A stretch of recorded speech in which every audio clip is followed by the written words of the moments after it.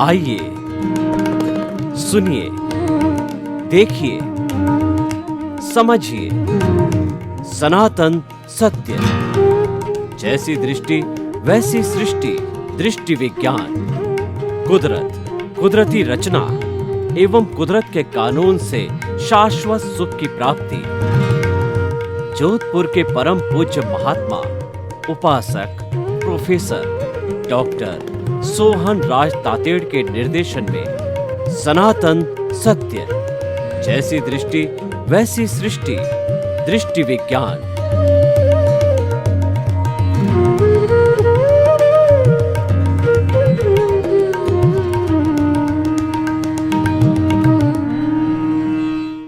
भाइयों और बहनों, मातृशक्ति को नमन। आज हमारा बहुत सुंदर विषय गे उपादे। हमारी भारतीय संस्कृति में त्रिवेणी का बहुत महत्व है। तीन बातें जब कही गई है तो निष्कर्ष निकलता है उसमें से।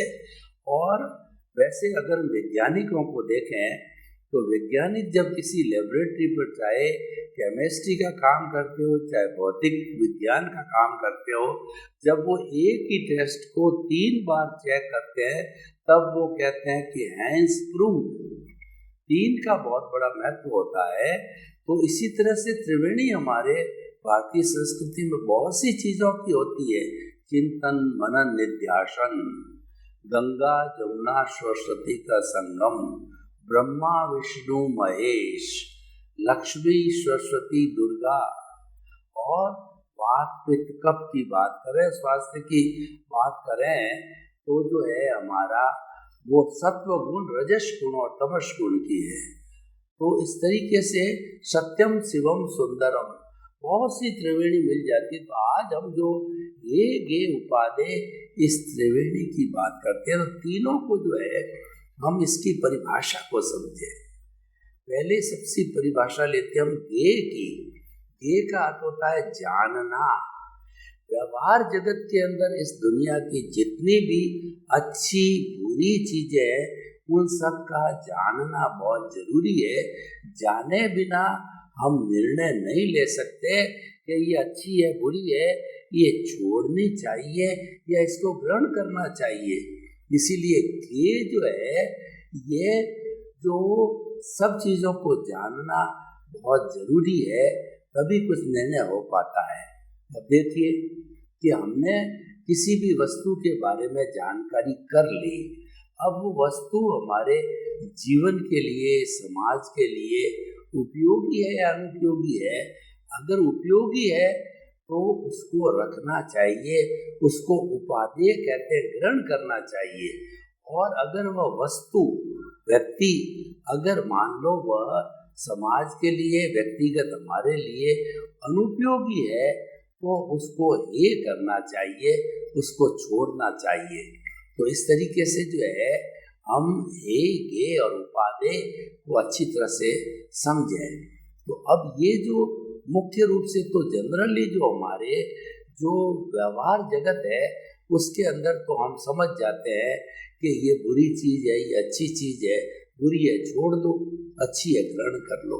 जैसे उदाहरण के तौर पर हम देखते हैं कि समाज के अंदर जो ड्रग्स चलता है, जो व्यसन चलता है, तो वह छोड़ने योग्य है, इसीलिए वो ये है। और उसके बाद के अंदर समाज में जो लोगों का सहयोग है, ये उपादेय है, ये किया जाना चाहिए। अच्छाई को धारण किया जाना चाहिए, बुराई को छोड़ा जाना चाहिए। छोड़ा जाना ये है और ग्रहण किया जाना उपादेय है। अब हम जैसे गृहस्थ की जीवन की बात करें तो हमारा जो किसी के प्रति घृणा करना, ईर्ष्या करना, तिरस्कार करना ये है। और किसी व्यक्ति का सम्मान करना, किसी की प्रबोध भावना करना, किसी के प्रति अच्छा रुख रखना, अच्छा नजरिया रखना, किसी के प्रति बुरा भाव न लाना, ये सारा उपादेय चीजें हैं, ये चलती रहती है। लेकिन जो खास तौर से जो आज हम एक ये उपादेय की बात करना चाहते हैं, हमारे जैन दर्शन में कुल 9 तत्व है। उस 9 तत्वों के अंदर पूरा गृहस्थी की हो चाहे सन्यासी की हो, पूरी जीवन शैली आ जाती है। और उसमें कौन कौन से तत्व है हमको शाश्वत सुख मुक्ति में उपयोगी है और कौन उपयोगी है उसको उपादेय गिना गया है, और जो अनुपयोगी है उसको हे गिना गया है। तो उस 9 तत्वों की चर्चा करके उसमें से जो है हम छांटेंगे ये हे है और ये उपादेय है। तो सबसे पहले हम जो है चलते हैं जीव। जीव का मतलब आत्मा। मूल स्वरूप में जो आत्मा है वो अक्रिया कुछ नहीं करती है, लेकिन उसके साथ जो है भाव सत्ता से जुड़ी हुई जो आत्मा है वो है प्रतिष्ठित आत्मा। जितना भी पुरुषार्थ है, चाहे रियल पुरुषार्थ है, चाहे रिलेटिव पुरुषार्थ है, चाहे व्यवहार जगत का पुरुषार्थ है, चाहे अध्यात्म जगत का पुरुषार्थ है, वो सारा पुरुषार्थ करने वाली ये प्रतिष्ठित आत्मा, का नाम ही प्रतिष्ठित है, यानी वो प्रतिष्ठा करने वाली है, वो भाव डालने वाली है, वो चार्ज करने वाली, डिस्चार्ज करने वाली। पुरुषार्थ मात्र जो है वह सारा प्रतिष्ठित आत्मा का होता है। तो जीव जो है, जीव की जो हमारी अच्छी प्रवृत्ति है जीव की, और एक है बुरी प्रवृत्ति है। बुरी प्रवृत्ति कैसा है? कषाय, ये बुरी प्रवृत्ति है। और अच्छी प्रवृत्ति कैसा है? त्याग, संवर, और जो 12 भावनाएं हैं और प्रभु स्मरण है, जो अच्छाई की बातें हैं, वो जो इसके अंदर उपादेय होते हैं। नहीं, जीव की जो है कहना चाहिए कि जीव की जो अच्छी भावना है वह तो जो है हमारे उपादेय है, और जीव की बुरी प्रवृत्ति है वह हे है, क्योंकि जीव दोनों तरह की करता है, इसीलिए हे और उपादेय जो है जीव के अंदर दोनों आते हैं। जीव की बुरी प्रवृत्ति ये है, अच्छी प्रवृत्ति उपादेय है। ये तो जीव हो गया। दूसरा जड़ पदार्थ है, उससे हमारा कार्बन शरीर बना हुआ है। कार्बन शरीर चतुष्पर्शी कर्म पुद्गलों से बना हुआ है, और ये पुद्गल इसी कॉस्मॉस में होते हैं। तो जब कभी भी हमारे मन वचन काया किसी प्रकार की क्रिया करते हैं, तो क्रिया में कर्म बंधन, क्रिया जो है कर्म बंधन के रूप में ही होती है, और वह कर्ता भाव उसके साथ जुड़ जाता है, तो वह क्रिया कर्म बंधन का कारण बन जाती है। ये सारा जो होता है वो जड़ पदार्थ से होता है। तो जड़ पदार्थ तो क्योंकि हमारा कर्म बंधन कराता है, हमको भटकाता है जन्म जन्मांतर से, और आगे भी हमको भटकाता रहेगा। तो ऐसी जड़ की स्थिति हमेशा ये होती है। तो एक तो हो गया चेतन, वो दोनों उपादेय और ये है। दूसरा हो गया जड़, और जो तीसरी अवस्था होती है जीव अजीव पुण्य।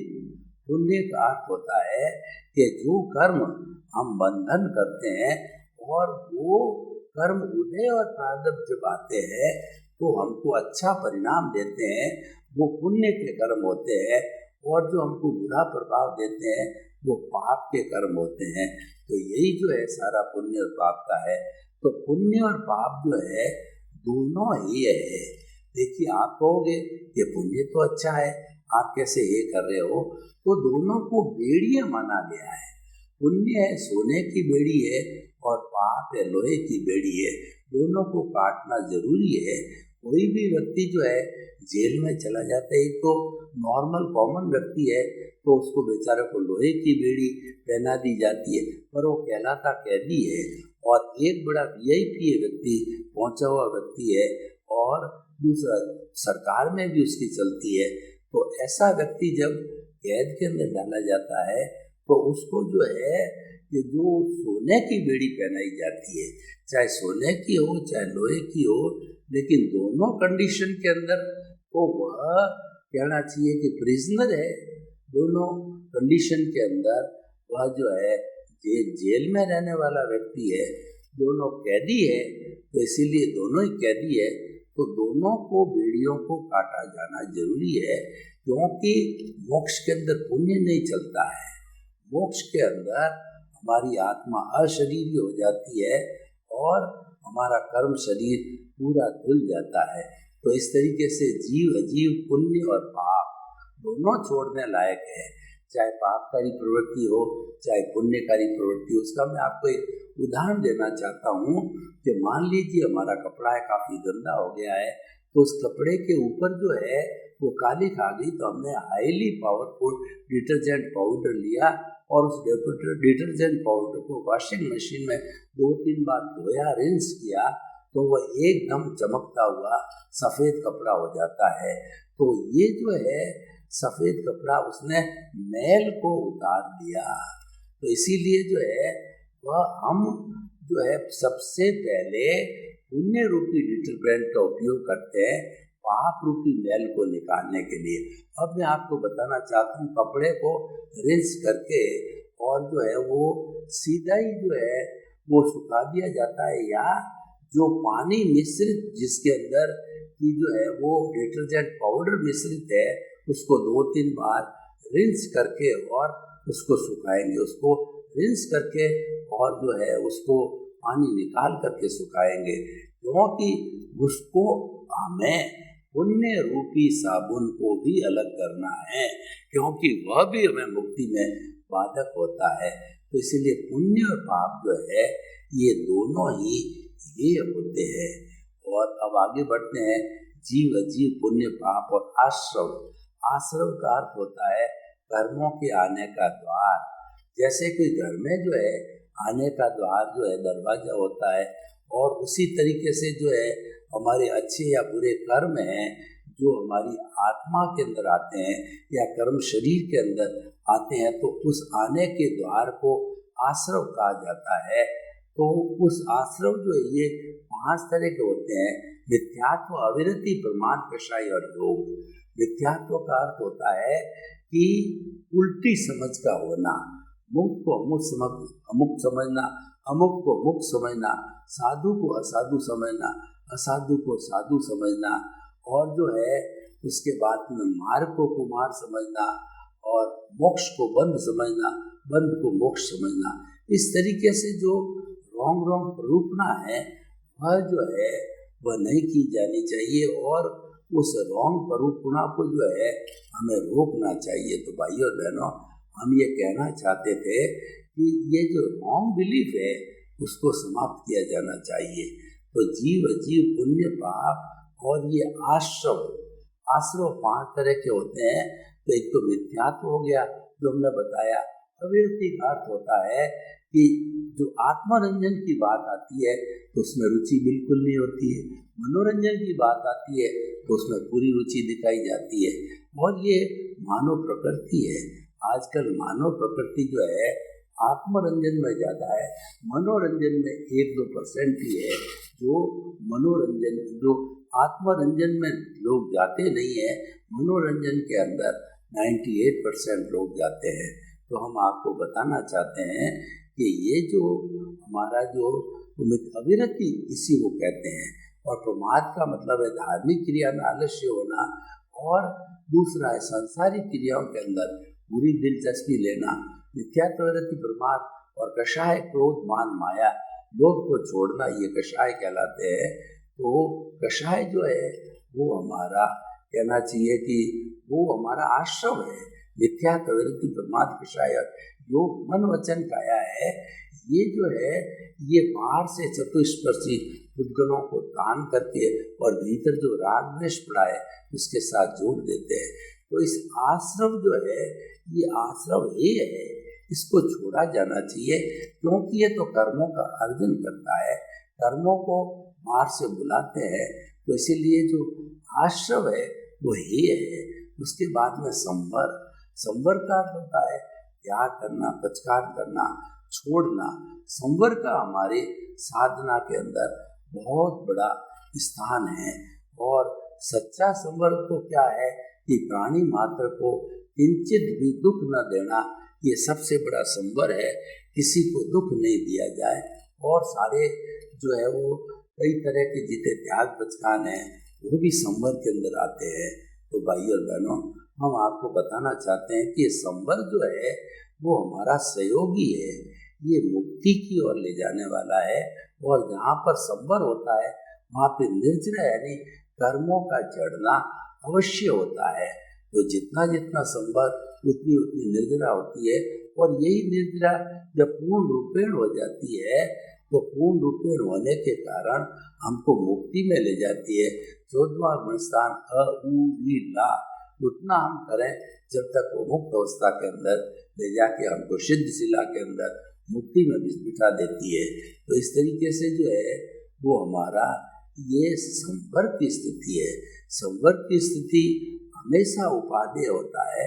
और भगवान ने भी 2 तरह के धर्म बताए, एक तो संवर और निर्जरा।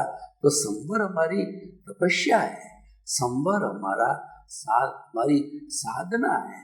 और उसकी परिणति जो है वह संवर की परिणति के बाद के अंदर जो है वो हमारे निर्जरा होती है।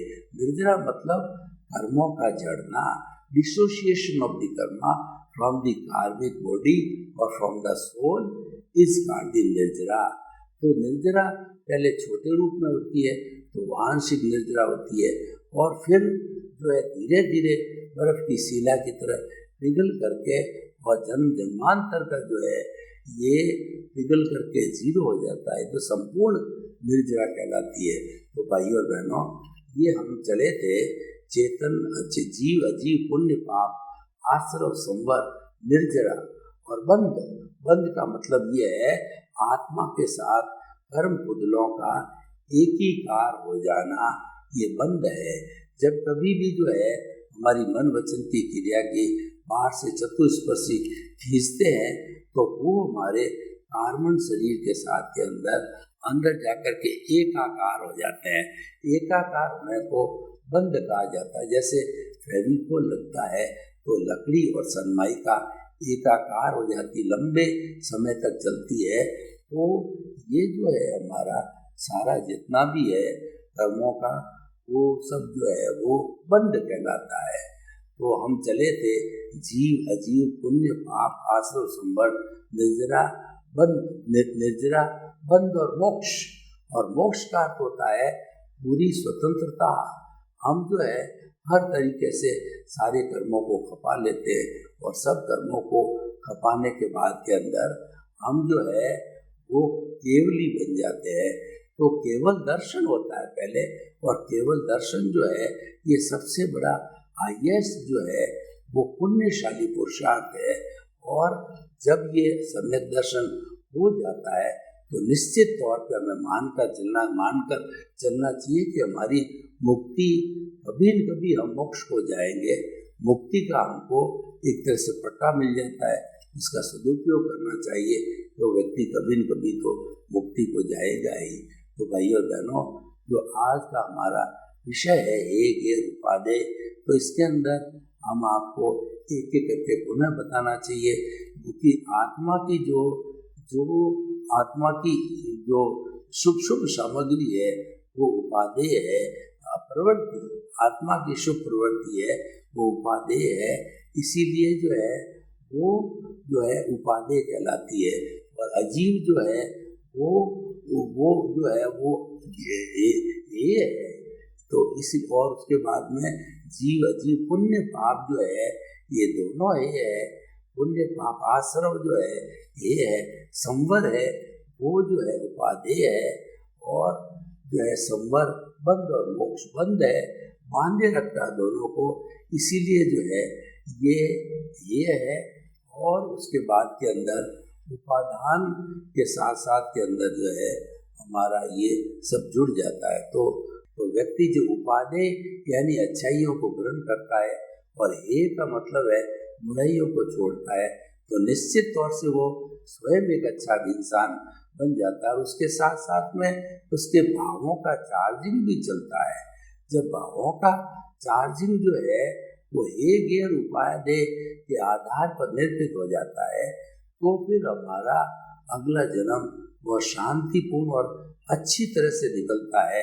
क्योंकि जो है हम समझने लग जाते हैं कि ये जो है वो सूत्रात्मक जो है शैली से आया है और हमारा खुद का ईश्वर की कृपा से निकले हुआ ये है, तो उसका हमें उपयोग करना चाहिए। तो भाइयों और बहनों, ये गैर उपादेय है, ये हमारे जीवन के अंदर कुछ समझने की चीजें होती है। क्योंकि जब हम उपादेय को पकड़ने लग जाएंगे तो फिर हमारे अच्छे अच्छे गुण इकट्ठे हो जाएंगे। उपादेय है वो गुणों की खान को जो है एकत्रित करना ही है, अवगुणों को छोड़ना होता है।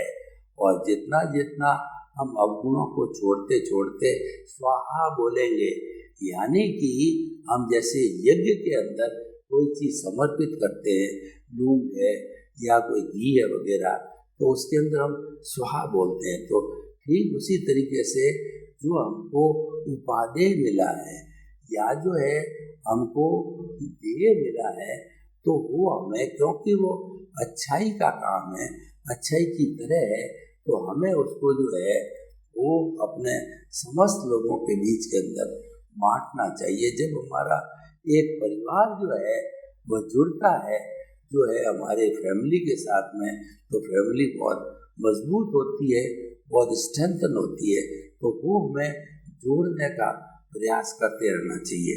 तो भाइयों और बहनों, इस सुंदर विषय के ऊपर मैं आपको कुछ और बात बताना चाहता हूँ कि हमारे आध्यात्मिक जीवन को संपन्न बनाने के लिए हमें भीतरी जगत में गोते लगाना चाहिए।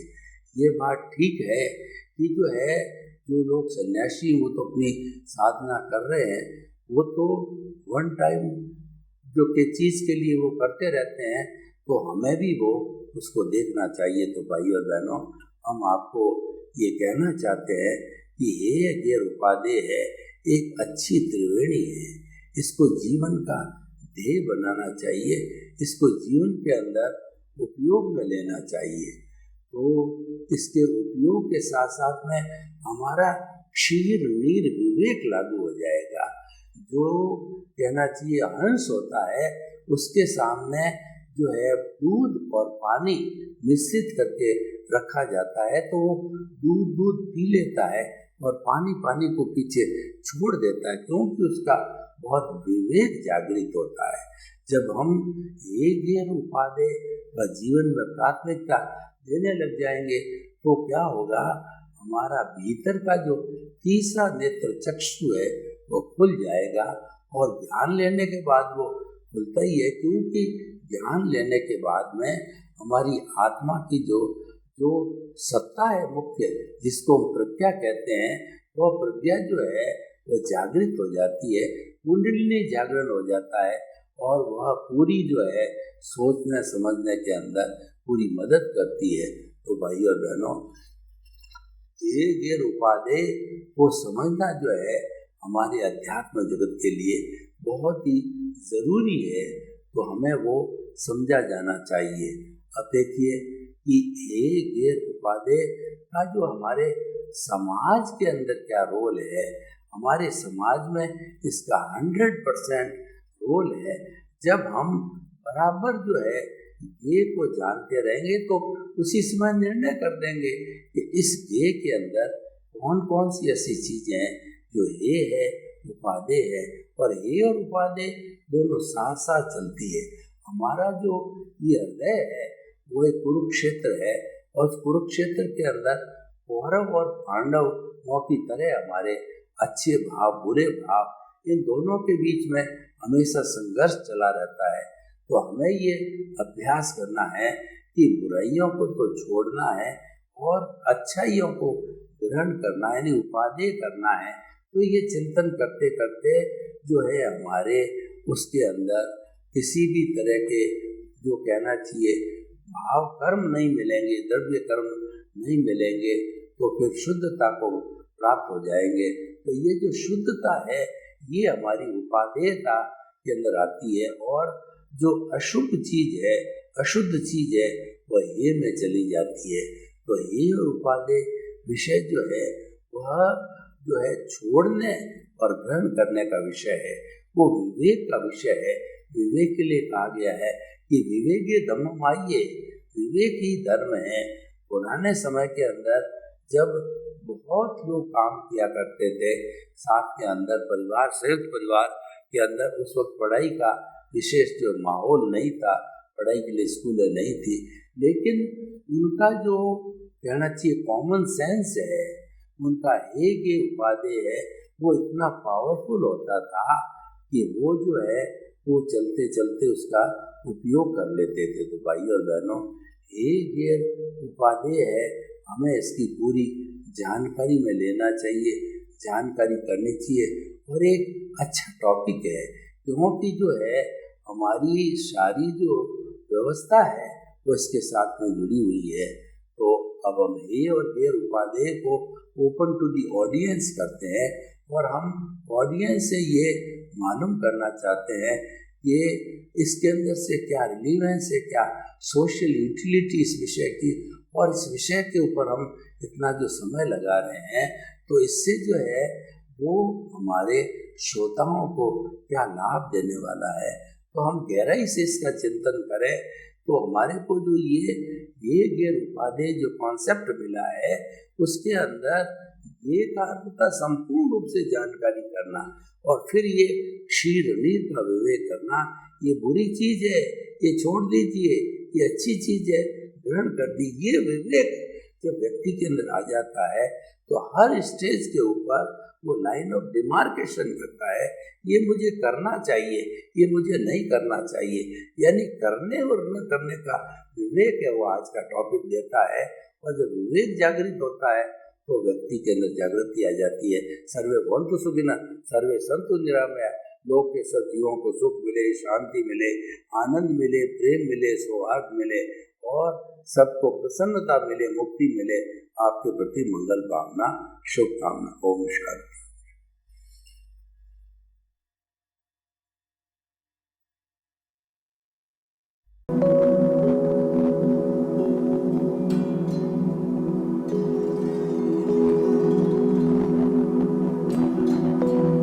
एक ऐसा अंतर्राष्ट्रीय ख्याति प्राप्त मानव जो गुरु प्रेरणा से पिछले 20 वर्षों से वानप्रस्थ जीवन जीते हुए 24 घंटे मानवता की सेवा में संलग्न है। एक ऐसा मानव जो अभी राष्ट्रीय, अंतर्राष्ट्रीय टीवी चैनलों पर 7,500 एपिसोड के माध्यम से सनातन सत्य, आत्मविज्ञान एवं पुनरुत्थान, व्यवहार एवं निश्चय जगत के जीवनोपयोगी विषयों पर हृदय स्पर्शी प्रवचन कर चुका है। उस मानव का नाम है महात्मा उपासक प्रोफेसर डॉक्टर सोहन राज तातेड़। प्रोफेसर तातेड़ द्वारा योग, दर्शन, शिक्षा विषयों पर रचित पीएचडी स्तर के 250 शोध ग्रंथ भारत के 100 प्रतिष्ठित विश्वविद्यालयों में शोधार्थी पढ़ रहे हैं तथा वे सभी शोध ग्रंथ वहां की सेंट्रल लाइब्रेरियों में उपलब्ध हैं। महात्मा सोहन राज ने अभी तक हजारों स्कूलों, कॉलेजों, विश्वविद्यालयों एवं संस्थाओं में सेमिनार, वर्कशॉप, कैंप लगाकर लाखों विद्यार्थियों को योग, दर्शन, शिक्षा का प्रशिक्षण देकर उन्हें सुसंस्कारित किया। डॉक्टर तातेड़ ने भारतीय संस्कृति उत्थान के 4000 से अधिक समसामयिक विषयों पर आर्टिकल लिखकर ऑनलाइन जर्नल, पत्रिकाओं, वेबसाइट्स पर प्रकाशित किया, जिसका उपयोग लाखों पाठक कर रहे हैं। उपासक तातेड़ के 5000 से अधिक आज का सुविचार, आज का शुभ संदेश, आज का मंगल भावना योग आदि चिंतन websites, Twitter, blogger, Facebook, YouTube माध्यमों से लाखों लोग अपना जीवन निर्माण कर रहे हैं। मानवता के मसीहा ऐसे महामानव महात्मा सोहन राज तातेड़ के प्रोफाइल को अभी तक विश्व के 20 लाख दर्शक यूट्यूब पर, 12 लाख गूगल पर एवं लाखों दर्शक फेसबुक, ब्लॉगर, ट्विटर और इंस्टाग्राम पर देख चुके हैं।